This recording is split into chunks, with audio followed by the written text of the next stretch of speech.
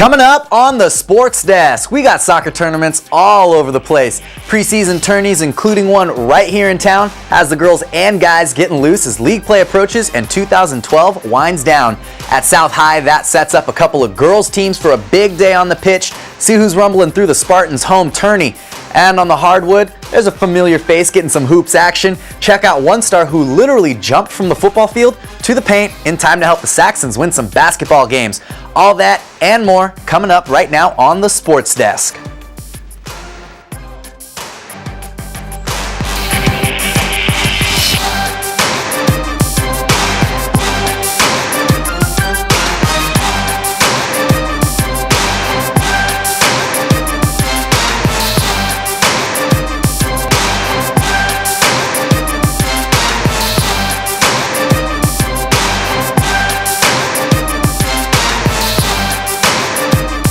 Hey everybody, I'm Wan Hernandez, welcoming you to another week right here on the Sports Desk with all your highlights and stories.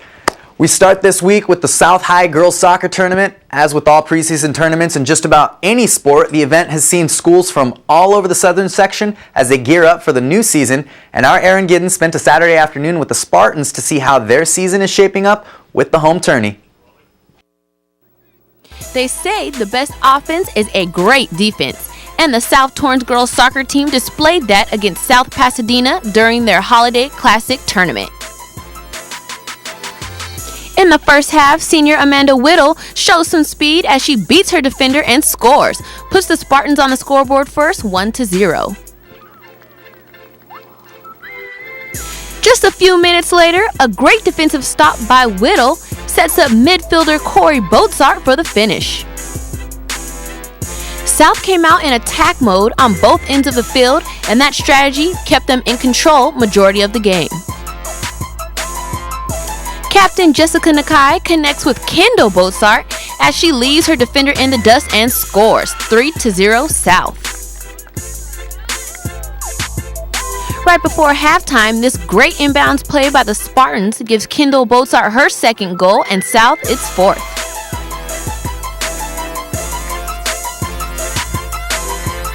In the second half, South Pasadena had a few more chances on offense, but were unable to capitalize. Isabella Strassa would deliver the dagger early in the second half to shut out South Pasadena with ease.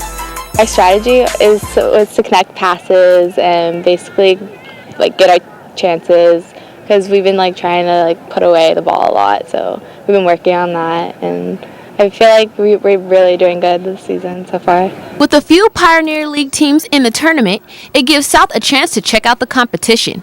Coach Brad Gomez says who the team looks forward to playing.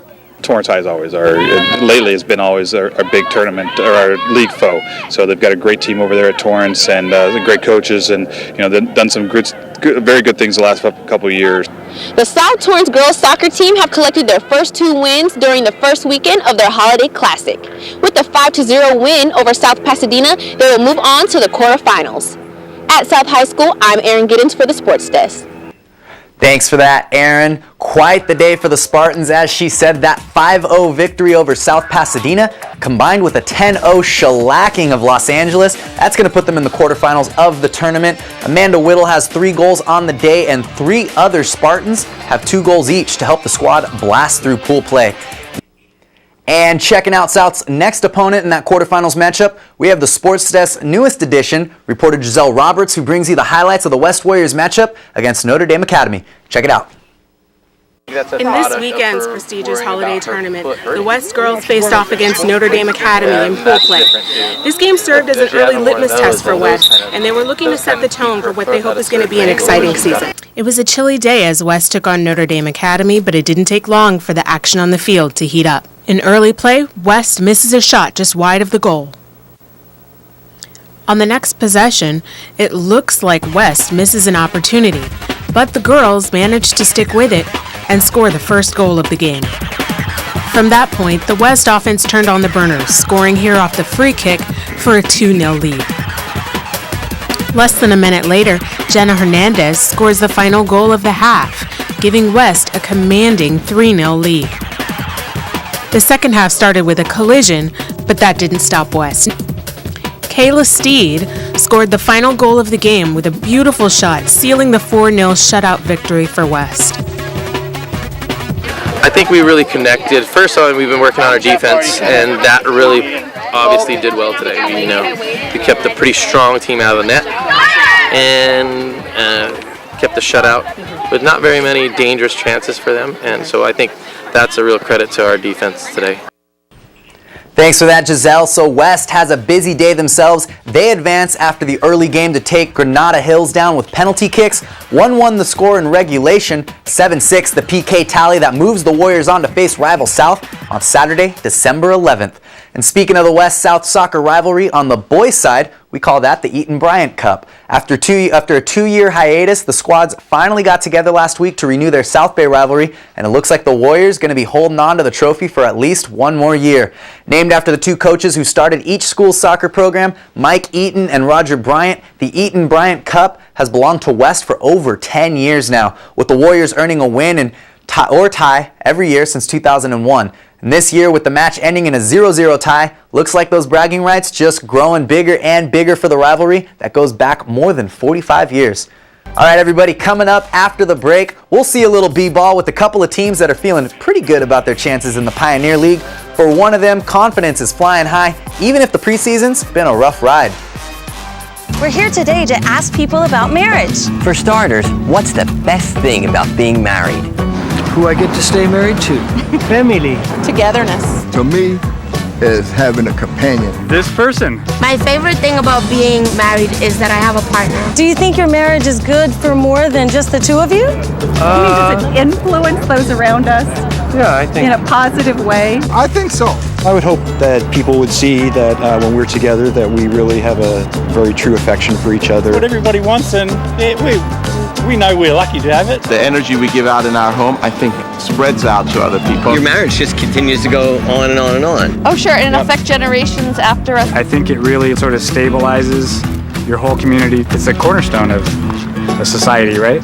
Sounds like a good marriage goes a long way. It touches a lot of people. Want to improve your marriage? For ideas, go to foryourmarriage.org. A message from the Catholic Church. There are thousands of dogs and cats housed in shelters that need your help. Local shelter professionals and volunteers give their heart and soul to help unwanted animals and deserve your support. Americans give millions every year to national animal organizations, but unless you give to your local shelter, you can't be sure that money will make it to the pets that need it most. Adopt, volunteer, and give to your local animal shelter. To find your local shelter, go to humaneforpets.org. Hey, Torrance, welcome back to the Sports Desk. Time to check out some boys basketball in the Pioneer League. We start with the Torrance Tartars, who have taken their lumps this month under a new coaching staff.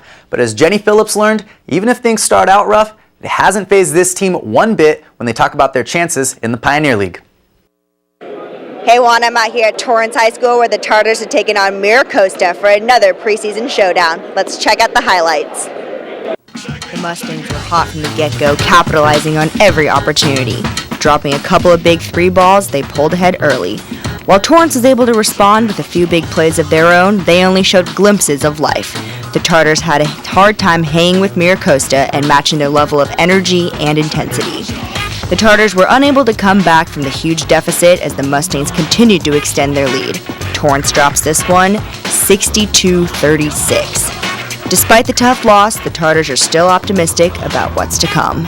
We play, the more practice time we get as a unit, the better we'll get, the more cohesive we'll become. Pretty good squad, and I don't think anyone can beat us when we get to league, so we're just looking forward to it.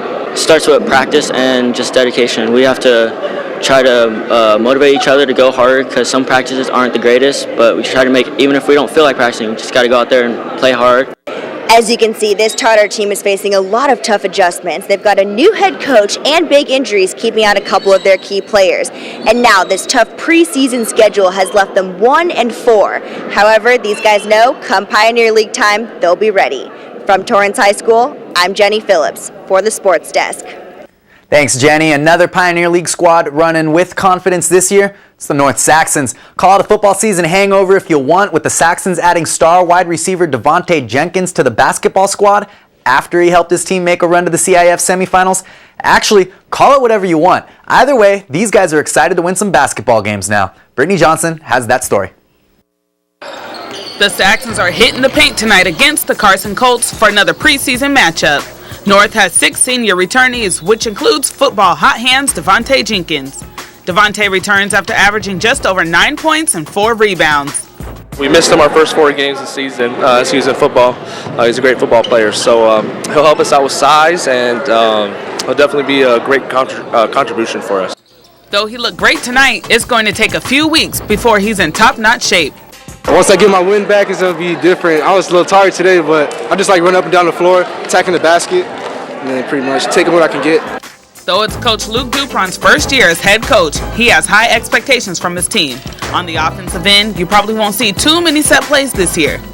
We'll be doing a dribble drive with some blocker mover, fast-paced, but if we need to slow down the game, we'll be able to slow down the game also. When it comes to the Saxons, size on the court doesn't even matter. What does matter is speed, heart, and determination. Those 3 things right there are what's going to lead the Saxons to getting another league championship. One of the biggest differences in the team this year is the perimeter. They have actual ball handlers as opposed to slashers, and we're going to see them light it up beyond the arc this year. And as for the starting 5? We'll never have a set 5. You know, the toughest players will play, and the ones that work the hardest in practice will get all the playing time. Also at the game tonight was a familiar face that we're used to seeing here on the Sports Desk. Yeah, he's my boy. He's repping on my number tonight too, so he's just come out and support me every game he can. Reporting from North Torrance, I'm Brittany Johnson for the Sports Desk. Thanks, Brittany. Also doing some damage this time over at the Trevor Ariza Tip-Off Classic. The Bishop Montgomery Knights win the Classic for the 2nd year in a row, beating Westchester in the final. The Knights hold off a second-half rally to defeat the Comets 70-63. Justin Bibbins and Lamont Murray Jr. led Bishop with 16 points each on the evening. The big man, 6'10" senior Stefan Jovanovic, managed 10 points along with 4 blocks, in spite of having some second-half foul trouble. So the tourney win sends the Knights to a 4-0 start to their season. Things looking pretty good for a squad that's got a lot of speed at the guard position and a lot of depth. So all signs looking good for the Knights and their chances to do some work in the Del Rey League this season. The El Camino Warriors also getting their tourney swag going. After dropping 2 in a row, Elko got back on track with the win in the LA Southwest Intensity Classic opening round against Santa Ana. Josh Wilson led the way with 17 points, followed by Sean Ray's 14, a season-high mark for Ray en route to a 71-66 win. Second round, not so friendly though. Elko drops one later in the day at Moore Park. They get a week off now, spacing out all these preseason games, either going to help this team fix some kinks or it's not letting them build inning momentum. Still too early to tell what the Warriors are going to do under new head coach Robert Uphoff. Their next game going to be a trip to Palomar on December 18th. All right, everybody, coming up, we're going to go back to some soccer. Get excited. I promise, no more 0-0 ties. North High, Bishop Montgomery meeting up for a non-league bout. Stick around. We'll have that when we come back. If I ride, I will know the way the trees smell after the rain.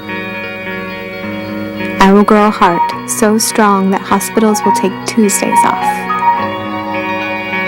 If I ride uphill, I will eventually get to ride downhill. That's how it works. If I ride, my breath will fill the air instead of smoke and car exhaust.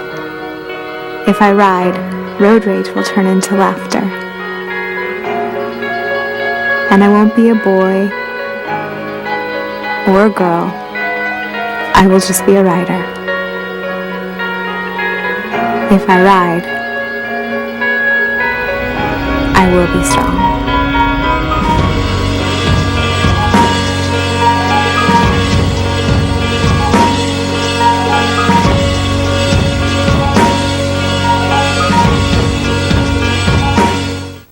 We are this close. We're this close. We are this close. Of uncertainty to making history. This close to changing the world. We are this close. This close to making sure no child suffers a crippling disease ever again. This close. We are this close to ending polio. All we need is you. This close. If we don't act now, we may lose this chance forever. Help Rotary make history at endpolionow.org. Hey there everybody, welcome back to another segment here on the Sports Desk. As promised, a little more soccer coming up for you. This time we head over to North High where the Saxons hosted the Bishop Montgomery Knights in a non-league match. Letitia Cahey has that highlight. North started out very aggressive Tuesday night taking on Bishop Montgomery at home. North's Matthew Aldama on the attack tries to get the go-ahead goal but shoots wide. Later in the first half, Joseph Baltiera scores from a free kick, putting North up 1-0. And the second half, Aldama picks up a yellow card for this foul on Bishop. Coach Diego Tiraldo immediately substitutes him. Kechi Tari getting in on the action takes a shot down the middle, doubling North's lead. Later in the second half, with an open net, Bishop's Colin Hossam attempts to get his side back in the game, but he shoots wide. Then, Baltiera bags his brace, making the final score 3-0 North. We're pretty good as a team, but I know we can do better and step it up. We just need to calm down, play our game, just have our keep our possession good. I feel like it's a solid win at home to get the season started off. We're going off a big win at Mayfair, and now we got another home game ready to go. Ready to go they are. North improves its record to 2-0, while Bishop drops its season opener. Thanks for that, Letitia. So the Saxons moving up and moving on, looking to have a good season coming up. Meanwhile, Bishop clearly trying to find their way. Each team, they got different roads ahead of them. The Saxons, 3 games over the next 6 days. So by the time you see us again, who knows what we'll be talking about with North High Soccer. 2 of those games at home. Over at Bishop, the Knights followed up that match against North with another tough loss. This time, it's to PV. They fall 2-1 against the undefeated Sea Kings. Bishop goalkeeper Derek Bessler with a busy day against PV. He gets 9 saves as the Knights searching for their first win of the year, sitting at 0-4-1. Switching it up now, over on the mat, West enjoying a powerful start for the wrestling squad. No surprise there, the Warriors head to the Edison Beach Bash and handle their business. Matt Bozen, tight end for the football squad that just went all the way to the CIF championship game. He gets 6 days of practice with his wrestling teammates, enters the bash, leaves with one of West's 2 individual titles. That's Bo Jackson status right there, everybody. Bozen's performance symbolic of the entire team's success. The Warriors rest 3 of their starters, and they still send 6 different wrestlers to the finals of the tournament. Tony Liu gets one of West's titles for his 126-pound weight class. That accompanies Bozen's win in the 195-pound division. The showing puts West well on top of its tourney opponents. 221 points for the Warriors as a team. Second place Santiago Corona manages just 158 behind them. So congrats to the West Warriors for a big one. Looking like we'll have one heck of a time checking these guys out. We're going to win quite a few matches this winter. Okay, so we know what the drill is now. Basketball, soccer, wrestling. We're going to have plenty of that over the next couple months with those sports on tap for the winter. But you know there'll be more action from around town. We've got one local coach who's going to suit up and hit the water with us this winter. But what else do you want to see? If you have an idea for a great story here on the Sports Desk, go ahead, shoot us an email. Hey, maybe it's your own story. Share it with us so we can show the whole South Bay. Torrance Sports don't stop in the Pioneer, Delray, or Bay League. The number's right there, or you can always email the Sports Desk at torranceca.gov. All right, everybody, that's going to finish it out for us this week. Thanks for checking in one more time. We got 2012 wrapping up, so keep coming on back as we wind down, getting ready for the new year.